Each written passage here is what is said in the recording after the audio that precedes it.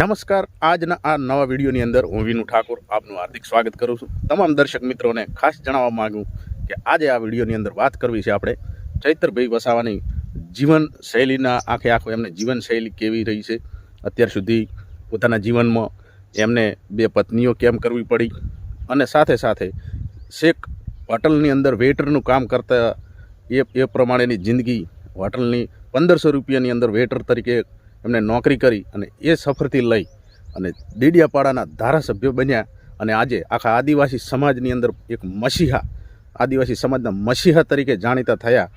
તો એ આખું જીવન કેવી રીતે વ્યતીત થયું એ પણ આજના વિડીયોમાં ચર્ચા કરવાની છે. બન્યા રહેશો સપોર્ટમાં અને આખો વિડીયો સાંભળવાની કોશિશ કરશો, જોવાની કોશિશ કરશો. હવે હું એ કહેવા માગું કે ભાજપના એ સાંસદ જે માનસિક સંતુલન ખોઈ બેસેલા છે એ વારંવાર એવું કહેતા હોય છે કે ચૈત્ર વસાવા ઝઘડાળું છે, આવો છે, ખરાબ છે, આવી રીતે વાત કરતા હોય છે. તો હું એને કહેવા માગું કે તમારો આકા એટલે કે દેશનો વડાપ્રધાન નરેન્દ્ર મોદી પોતાની એક પત્નીને પણ સાચવી ના શક્યો, એની સામે ચૈતરભાઈ વસાવા આજે બબે પત્નીઓ સાથે ખુશીની જિંદગી જીવી રહ્યા છે. બંને પત્નીઓને સમાન અધિકાર, સમાન પ્રેમ, બધું જ એક સાથે. આજના આ યુગની અંદર બબે પત્નીઓને સાચવવી એ કેટલું કઠિનાઈ ભર્યું કામ હોય છે, એની સામે સરળતાથી અને ઉદારતાથી બંને પત્નીઓ સાથે ચૈતરભાઈ વસાવા કેવી રીતે જીવી રહ્યા છે એ પણ આજના વિડીયોની અંદર આપણે ચૈતરભાઈના મુખેથી સાંભળવાનું છે. સાથે સાથે એ પણ કહેવા માગું કે ચૈતરભાઈ વસાવાને બે પત્નીઓ શા માટે કરવી પડી હતી અને શું એવા સંજોગો હતા, શું એવા કારણો હતા, અને એ કહી રહ્યા છે કે અગાઉથી અમારા પરિવારની અંદર અમારા દાદા પરદાદા ઘણી બધી પેઢી અગાઉના સમયથી અમારા દરેક દાદાઓ બબે પત્નીઓ કરતા આવ્યા હતા અને એ જ સંજોગોને અનુસાર મારે પણ બે પત્નીઓ કરવાનો સમય આવ્યો, સંજોગ આવ્યો, એટલે મારે પણ બે પત્ની કરવી પડી. અને આ બંને પત્નીઓ સાથે એ જીવી રહ્યા છે, ખુશખુશાલ જિંદગી જીવી રહ્યા છે. કેટલો પરિવાર છે, કેટલા બાળકો છે, કઈ પત્નીને કેટલા બાળકો છે એ પણ ચૈતરભાઈ વસાવા આજના આ વિડીયોની અંદર આપણને જણાવવાના છે.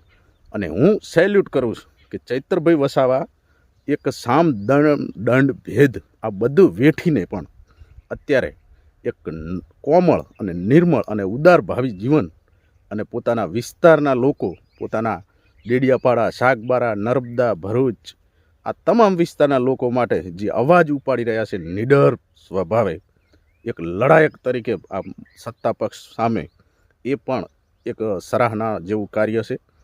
બરાબર, એમ પણ દિલથી સલ્યુટ કરું છું. આવી ભાજપની જે તાનાશાહી સરકાર છે, જે અમુક એમના ઉપર જે એમની સામે આ તાનાશાહી સરકારની સામે જે અવાજ ઉઠાવે છે એ લોકો ઉપર સામ દામ દંડ ભેદથી કોઈ પણ રીતે ફસાવી અને જેલની પાછળ ધકેલી દે છે. પરંતુ આ બધું વેઠી અને ચૈત્ર વસાવા આજે પણ અડીખમ નિડર રીતે લડી રહ્યા છે. દરેક આદિવાસી સમાજ, ઉમરગાંવથી લઈ અંબાજી સુધીના દરેક આદિવાસી સમાજ, આદિવાસી લોકો આજે ચૈતરભાઈ વસાવાને પોતાનો મસીહા માની રહ્યા છે, પોતાનો લીડર માની રહ્યા છે. અને એ જ કારણથી ચૈતરભાઈ વસાવાને આટલી માન્યતા મળવાના કારણે, આટલો પ્રેમ ભાવ, આટલી સહાનુભૂતિ મળવાના કારણે આજે થોડા સમય પહેલાં નરેન્દ્રભાઈ મોદી એટલે કે દેશના વડાપ્રધાનને ડેડિયાપાડા આવવાની ફરજ પડી હતી. આ એક ભૂલવા જેવી વાત નથી, આ ધ્યાને લેવા જેવી બાબત છે કે એ જ ચૈત્ર વસાવા છે કે જે આદિવાસી સમાજને આજે દેશની અંદર જાગૃત કર્યો. દેશની અંદર આ એમની ચર્ચાઓ થવા લાગી, આદિવાસી સમાજની સરાહના થવા લાગી, એમના લોકોના હક અને અધિકારોની વાત આજે સરકાર સુધી ગુંજતી કરનારો વ્યક્તિ એક જ માત્ર ચૈત્ર વસાવા છે. બરાબર, બાકી કેટલાય સાંસદો આવ્યા, કેટલાય નેતાઓ આવ્યા ને ગયા, પોતપોતાનું વિચાર્યું, પોતપોતાના ઘર ભર્યા, પરંતુ નહીં, ચૈતરભાઈ વસાવા આજે એક મસીહા તરીકે ઉભરીને આવ્યા અને પોતાના તમામ સમાજના લોકો માટે આજે લડી રહ્યા છે. દરેક સમાજના લોકોને પોતાનો હક મળે, અધિકાર મળે, શિક્ષણ, આરોગ્ય ક્ષેત્રે બધી રીતે પોતાની આગવી એક શૈલી ઊભી કરી અને તમામ લોકોને એ પોતાનો હક અપાવવા માટે આજે લડી રહ્યા છે. પરંતુ આ બધી વાત જવા દઈએ, આપણે વાત કરવી છે ચૈતરભાઈ વસાવાના જીવનની વિશે. અત્યાર સુધીનું એમનું જીવન કેવું રહ્યું, કેમ બે પત્નીઓ કરવી પડી, એ તમામ આપણે ચૈત્રભાઈના મુખેથી સાંભળવું છે. થોડા સમય પહેલાં રોનકભાઈ પટેલ સાથે બેસી અને ચૈત્રભાઈનું ઇન્ટરવ્યૂ લેવામાં આવ્યું અને એ ઇન્ટરવ્યૂની અંદર એટલી નિખાલસથી કોમળ સ્વભાવથી ચૈત્રભાઈ વસાવાએ એમના દરેક સવાલોના જવાબ પણ આપ્યા છે. અને સરસ આવું ઇન્ટરવ્યૂ કોઈ ઝઘડાળુ વ્યક્તિ કે કોઈ એવો વ્યક્તિ આવું ઇન્ટરવ્યૂ આપી પણ ના શકે. આ ઇન્ટરવ્યૂ ઉપરથી ખબર પડે કે ચૈત્રભાઈ વસાવાનો સ્વભાવ કેવો છે. બરાબર, આવો સાથે મળી આખું ઇન્ટરવ્યૂ આપણે સાંભળીએ, પછી જ વિડીયોની પૂર્ણાહુતિ કરીએ. ચાલો સાંભળો. અને અવારનવાર ફોન પણ આવે છે, નાની મોટી સલાહ સૂચનો પણ આપે છે. ને આજે પણ એ હોટલમાં અમારા વિસ્તારના લગભગ 70 થી 80 છોકરાઓ આજે પણ ત્યાં કામ કરે છે. કેટલો કપરો કાળ હતો વેટર તરીકેનું કામ કરવું? હા, ઘણો કપરો કાળ હતો, પણ ગરીબીમાં જેથી અમે આગળ આવતા હતા એટલે તે વખતે આમ બીજી મજૂરી કરતા હોટલમાં મજા આવતી હતી. આમ એસી હોટલમાં કામ કરવાનું અને ખૂબ વ્યવસ્થિત રીતે 2 ટાઈમ જમવાનો નાસ્તો મળી જતો હતો અને પગાર પણ અમે તો ભણતા હતા એટલે જ્યારે વેકેશન પૂરું થાય એટલે અમને જે તે વખતે 1500 રૂપિયા એ લોકો વધારાના આપતા હતા એટલે મજા આવતી હતી. ને ટીમ જ અમે જતા હતા, 8-10 છોકરાઓ અમે ભણવાવાળા ત્યાં રહેતા હતા. ચૈતરભાઈનો લગ્ન જીવન સંસાર કેવું થયું છે? મારે 2011માં જે મોટા વાઈફ છે શકુંતલાજી, એમની સાથે મેરેજ થયા.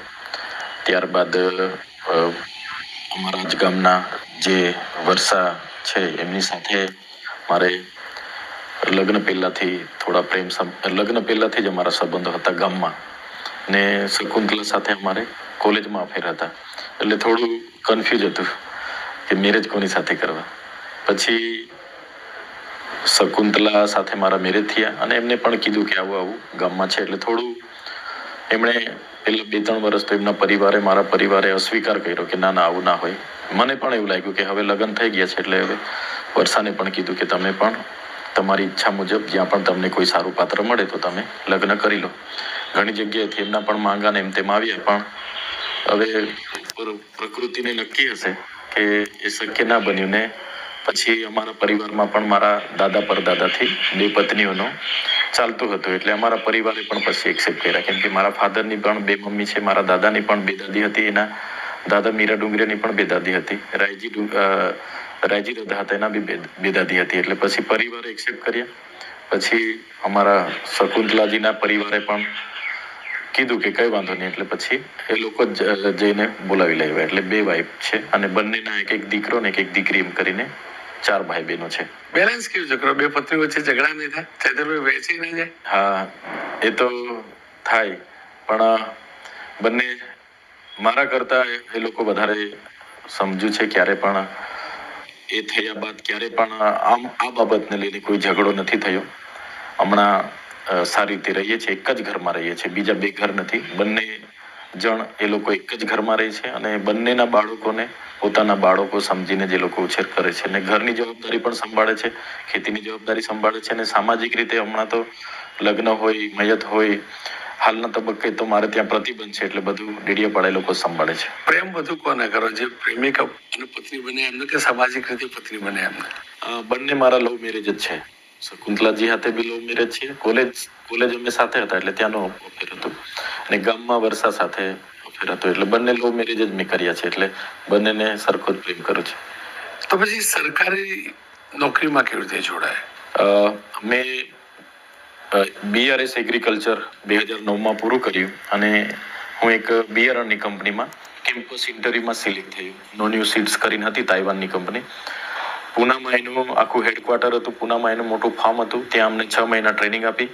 બેંગ્લોરમાં હુબલીમાં એક ફાર્મ હતું, ત્યાં 3 મહિના, એમ કરી 9 મહિના આખું બિયારણ કઈ રીતનું ઉત્પન્ન થાય, કયા રોગમાં કઈ દવા છાંટવાની, બધા બાગાયતી અને ખેતી પાકોનો અભ્યાસ 9 મહિના તાલીમ લઈ લીધી. પછી માર્કેટિંગ માટે ગુજરાતમાં મને મૂક્યો હતો. એમાં પણ ડીલરો કઈ રીતે બનાવવાના, એનું સેલિંગ કઈ રીતના થાય બધું અનુભવ હતો. એટલે એ દરમિયાન જ ગૌણ સેવા પસંદગી મંડળની ગ્રામ સેવક ખેતીવાડીની સ્પર્ધાત્મક પરીક્ષા આવી અને એમાં પરીક્ષામાં હું સુરત જિલ્લામાં મેં ભર્યું હતું કેમ કે ત્યાં વધારે જગ્યા હતી. 14મા ક્રમે હું પાસ થયેલો એ દરમિયાન અને સુરત જિલ્લામાં મેં ઉમરપાડા, મારા ડેડિયાપાડા નજીક, એટલે મને તાલુકો પસંદ કરવામાં આપ્યો હતો એટલે ઉમરપાડા જોઈનિંગ કર્યું હતું. 3/10/2012ના રોજ ઉમરપાડા હું ખેતીવાડી અધિકારી સેવક તરીકે જોઈનિંગ કર્યું હતું, પછી વિસ્તરણ અધિકારી પાસ કરી હતી. એમ કરીને 4.5 વર્ષ જેવા ત્યાં નોકરી કરી. પછી એ દરમિયાન એક 2015માં તાલુકા જિલ્લાની ચૂંટણી આવી હતી. એમાં અમે એક સંગઠન આદિવાસીનું ચલાવતા હતા. જે તે વખતે ત્યાં ઇકો સેન્સિટિવ ઝોન આવ્યો હતો. એટલે તો પછી અમારા વિસ્તારના લોકોએ કીધું કે આપના ઘરેથી આપણે ઉમેદવાર રાખવાના છે. મારા કાકા લોકો, અમારા પરિવારમાં કોઈ પોલિટિક્સમાં નહોતું, પણ ગામના લોકોએ કીધું કે તમે આપણા ઘરમાંથી મહિલા બેઠક છે તો તમારા ઘરનાને અમારે ઊભા રાખવાના છે. એટલે અઠવાડિયે 10 દિવસ તો મેં પણ ના પાડી, કેમ કે મારે તે વખતે 2 એગ્રી બિઝનેસના સેન્ટરો પણ હું ચલાવતો હતો. મારે સારા એવા ધંધો સેટ થયેલો ડેડિયાપાડામાં પણ અને ઉમરપાડામાં પણ. તો મારું પોલિટિકલમાં બહુ ના પાડી મેં. પણ પછી થયું કે ચાલો બધા નેતાઓ બને છે તો આપણે પણ એમાં ટ્રાય કરીએ. ઘરનાને પહેલી વાર ઊભા રાખ્યા હતા અને પહેલી વાર જ જિલ્લા પંચાયત ચૂંટાઈ આવ્યા હતા. અને એમને નર્મદા જિલ્લામાં સિંચાઈ, કૃષિ અને પશુપાલન બાગાયતના ચેરમેન બનાવ્યા હતા 5 વર્ષ સુધી. તો પછી થોડું કન્ફ્યુઝ હતું. નોકરી પર જામ તો લોકોને હું ન્યાય નહોતો આપી શકતો, અને રાજકારણમાં વધારે રેમ તો નોકરી પર ન્યાય નહોતો આપી શકતો. તો પછી બધા પરિવાર વાળા ને બધા બેઠા, મેં કીધું કે મારે નોકરી પર રાજીનામું આપવું છે. એટલે બધાએ ના પાડી કે માંડ તો નોકરી મળી છે, રાજીનામું કઈ રીતે ના આપશો, ને સરકારી નોકરી છે. જેવું રાજીનામું આપવા માટે હું સુરત જિલ્લા ખેતીવાડી અધિકારીને મળવા ગયો, ગામિત સાહેબ હતા. તો એમણે તો મને ખીજવાઈને બહાર કાઢી દીધા હતા. મને કે ગાંડો થઈ ગયો છે, આજે વિસ્તરણ અધિકારી છે, 2-5 વર્ષ પછી ટીડીઓ બની જશે. ને ખરેખર આજે મારી હાથેના બધાને ટીડીઓ ના ઓર્ડર હમણાં મળવાના છે. પછી નાયબ ડીડીઓ ને સારું હશે, પોલિટિક્સના કોઈ ઠેકાણા હોતા નથી, એટલે એવું ના કરાયું. એટલે બધા સમજાવતા હતા, પણ પછી મારા અંદરથી કોન્ફિડન્સ હતો અને મને આમાં રસ જાગી ગયેલો પોલિટિક્સમાં. એટલે મેં રાજીનામું પછી આપી દીધું હતું.